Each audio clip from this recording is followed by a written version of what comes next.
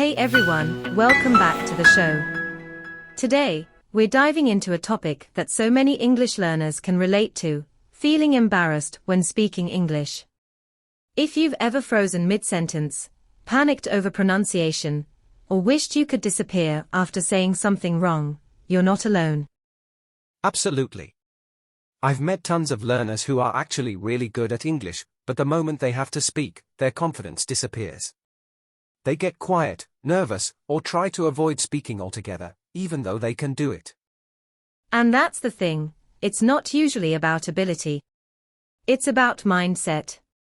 That fear of making mistakes, of being judged, of sounding weird, it creeps in and takes over. Right. Let's be real for a moment. Embarrassment comes from thinking everyone's watching you and silently scoring your grammar and pronunciation. But guess what? Most people don't care. They're too busy worrying about their own stuff to judge your English. So true. And even if they do notice a mistake, what's the worst that happens? A moment of confusion. A polite correction. Most of the time, people are just glad you're trying. Exactly. But let's go deeper. A lot of that embarrassment comes from perfectionism, wanting to speak perfectly or not at all. But language doesn't work that way. Kids learn by babbling, messing up, trying again, and no one judges them for that. Right? We don't expect a toddler to say a full sentence flawlessly. But as adults, we expect ourselves to perform at native level, even though we're still learning. That's unfair pressure, and it creates shame. So what's the fix? You've got to flip the script in your head. Instead of thinking, I'm going to sound stupid, try thinking, I'm practicing. I'm improving. I'm brave for speaking out loud. Yes. And start small. Practice in low-pressure environments. Record voice notes to yourself. Talk to a pet, your mirror, or a language buddy. The more you speak, the more normal it feels, and the embarrassment fades. And celebrate those awkward moments. They are a sign you're stepping outside your comfort zone, and that's where real growth happens. You know what's funny? Sometimes, the exact moment you think you've embarrassed yourself is the moment other people see you as brave. Like, wow, they're really trying. That's impressive. Totally. I've heard native speakers say that all the time. They admire people who speak English even when it's hard. They are not laughing at you, they are actually cheering you on in their heads. And think about this. Have you ever spoken to someone who was learning your native language? Did you judge them harshly, or did you respect them for even trying? Exactly. We're often so much kinder to other learners than we are to ourselves. We've got to learn to show ourselves that same kindness. It's okay to be a beginner. It's okay to struggle.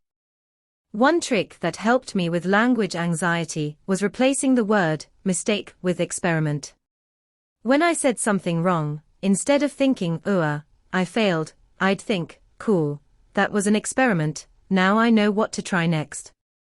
That's brilliant. It takes the shame out of learning and turns it into a game. You're just testing stuff. You're a language scientist. Exactly. And the more experiments you run, the faster you improve. The less power embarrassment has over you. And you know what else helps? Laughter. If you can laugh at your mistakes, you take away their sting.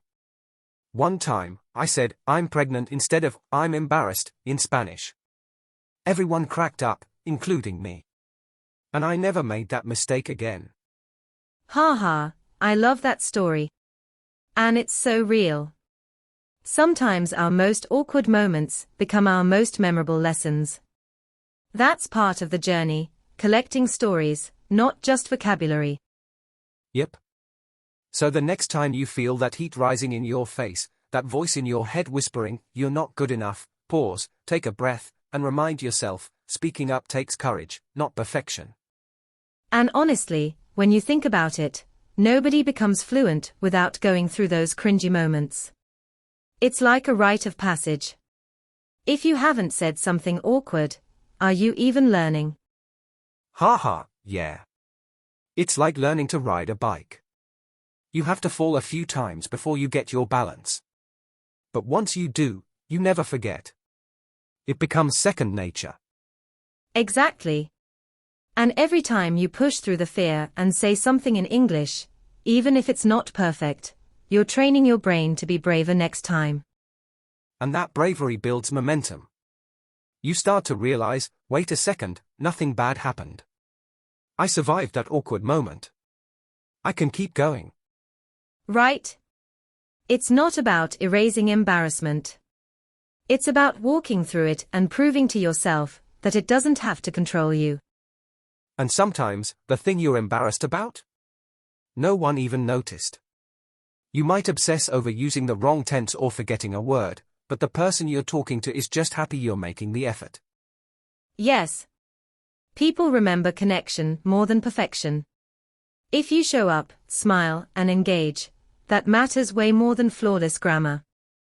I think that's the shift we all need to make, from I need to speak perfectly to I want to connect. One is pressure. The other is purpose. And purpose keeps you going. It's way more powerful than fear. That's why mindset is everything. When you believe you belong in the conversation, even your mistakes feel like steps forward. That's such a good point. When you focus on connection, you start seeing your English as a tool, not a test. It's not about proving something. It's about expressing something. Exactly. And honestly, some of the best conversations I've had were with people who didn't speak perfect English.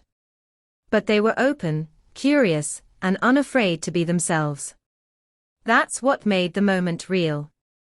You know what helps too? Laughing at your mistakes. Like, just saying, oops. That sounded weird, and then moving on. It breaks the tension and reminds you that speaking a language is supposed to be fun. Yes. If you can laugh, you can last. That kind of attitude helps you build confidence way faster than perfectionism ever could. Totally. And think about it, every fluent speaker was once a beginner. Everyone went through the same awkward phase. You're not behind, you're just in the middle of your story. I love that. You're not failing, you're becoming. And that's something to be proud of. Every time you choose to speak, even when you're nervous, you're stepping into that future version of yourself. You're stepping into that future version of yourself, yes. And honestly, that version of you is already inside. Speaking English is just helping it come out more confidently, more clearly, day by day. That's so empowering, Jack.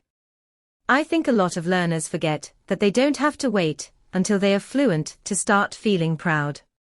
They can celebrate small wins now, like saying a full sentence without pausing, or starting a conversation with a stranger. Yep. Fluency isn't a finish line. It's a journey made of little victories. And each of those victories is proof that you're doing the work, even if you feel unsure sometimes. And that feeling of unsure isn't failure, it's just growing pains. Your brain is literally rewiring itself to handle a second language. That's huge. Right? It's like a mental gym session. And just like in the gym, progress doesn't always feel good in the moment. But you're getting stronger the entire time. So next time you feel embarrassed or hesitate to speak English, just remember, this is part of the process. It means you're showing up, and showing up is everything.